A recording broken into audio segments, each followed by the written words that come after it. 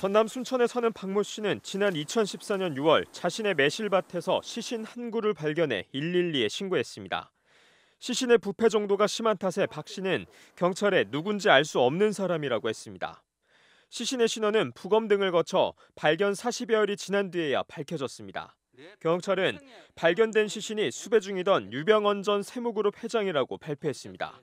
고도로 부패되어 변사자 지문을 채취하기가 곤란했으나 냉동실 안치 후 변사자 우수 CG 지문 1점을 채취해서 검색한 결과 유병언 지문으로 당시 정부는 유 전 회장 등이 참석해 수사가 장기화되자 지명 수배를 내리고 5억 원의 신고 보상금을 내건 상황이었습니다. 하지만 박 씨는 보상금을 받지 못했고 정부를 상대로 1억여 원의 보상금을 지급하라며 소송을 냈습니다.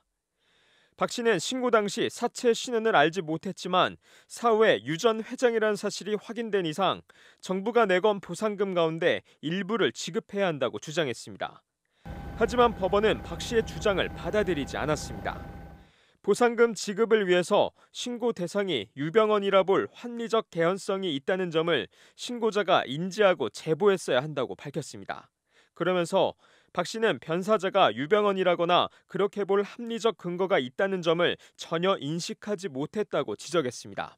신원을 알 수 없는 변사자라고 수사기관에 신고한 것만으로는 현상광고의 지정 행위를 완료하지 못했다고 판단했습니다. 재판부는 또 시신이 뒤늦게 유 전 회장으로 밝혀진 것 역시 수사나 행정기관의 일반적인 후속 절차에 따른 결과라고 판단했습니다.